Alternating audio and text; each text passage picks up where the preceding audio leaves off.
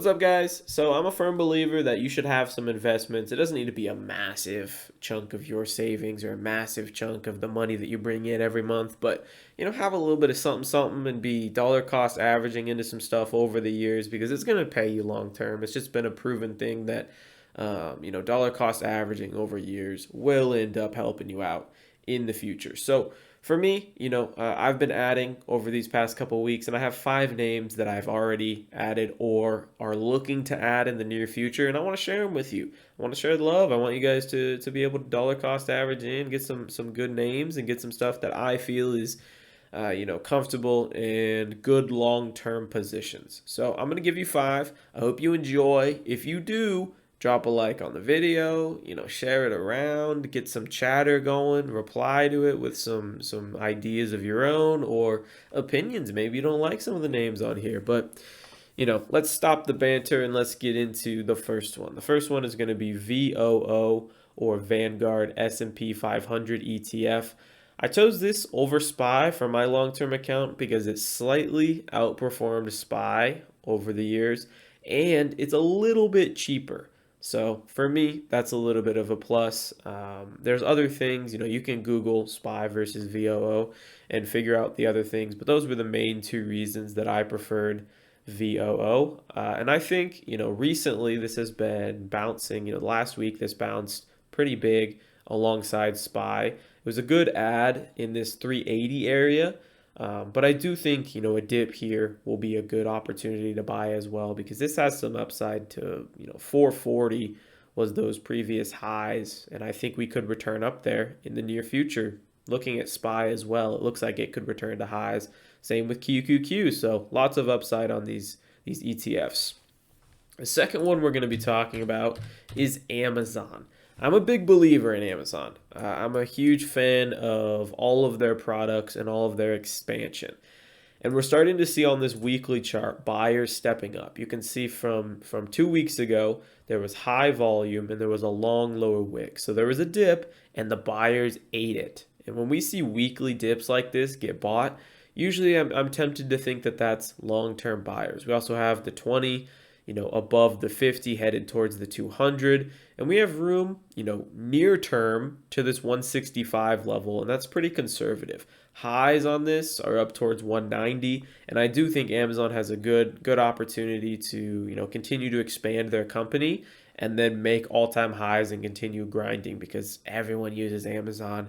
And also they're moving into things like healthcare. They're moving into lots of different avenues of revenue. The third one I'm going to be talking about today is Costco.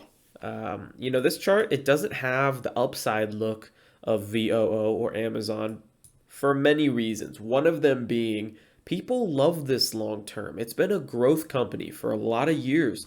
We can go back and just kind of look at this. This thing has been steady grinding.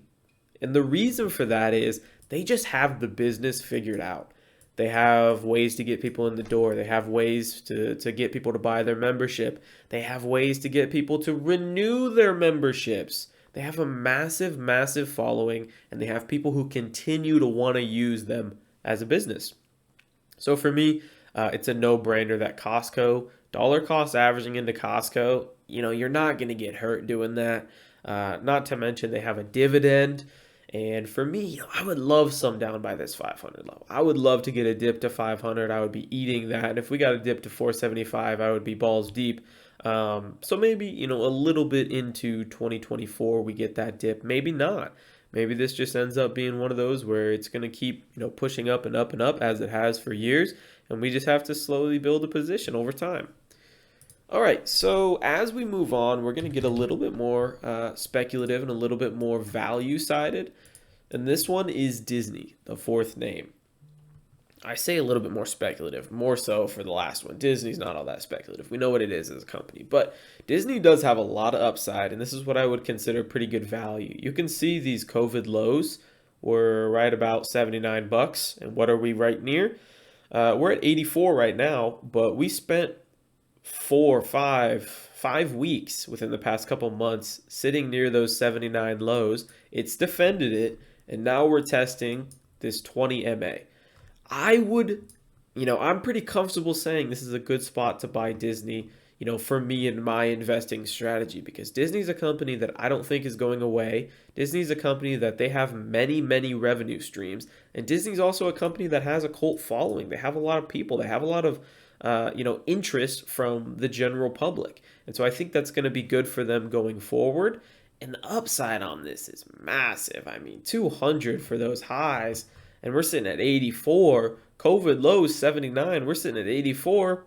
Yeah, I'm pretty comfortable adding this. I've already added this. I have an average. I don't remember exactly what it is, but it's around current price, and I'm feeling good with this. I'm feeling very, very good. So I said we were going to get a little more speculative, and we are going to on this last of the five. This is SoFi. I'm going to talk about the chart. I'm going to talk a little bit about the business and my thesis on this. But my main thesis surrounding SoFi is younger people are really, really leaning into online banking and just online financial services. And that's what SoFi specializes in. They specialize in online financial services. So for me, it's a no-brainer. I know a lot of people who use SoFi, and they're all younger. And so I think moving forward, SoFi is really going to have a grip on younger generations as they age into, being interested in banks, being interested in, just financial services, just financial technology. And I think SoFi is really, really going to have an upper hand on some of those more classic or older names in the banking and financial technology industry. And as you guys can see, we have a pretty hefty volume shelf, right about $6 here. We also have the 50 MA right about $7. So I think that $7 to $6 range is going to be a really, really smart place to add in. But you can see we got some buying off of that 50 MA last week. So for me, the $6 to $7 range, hopefully we revisit it because we have a lot of upside on this thing. Short term, $12, longer term, 24 to 28 based on the chart. But I think there's a lot of upside just based on the fact that this is growing. And this is a big company with younger aged people. If this video, helped you guys out, then let me know. I'd be really, really interested to hear your thoughts. But I hope you guys got something from this, and I hope you guys learned something. So thank you for watching, and have a good rest of your night.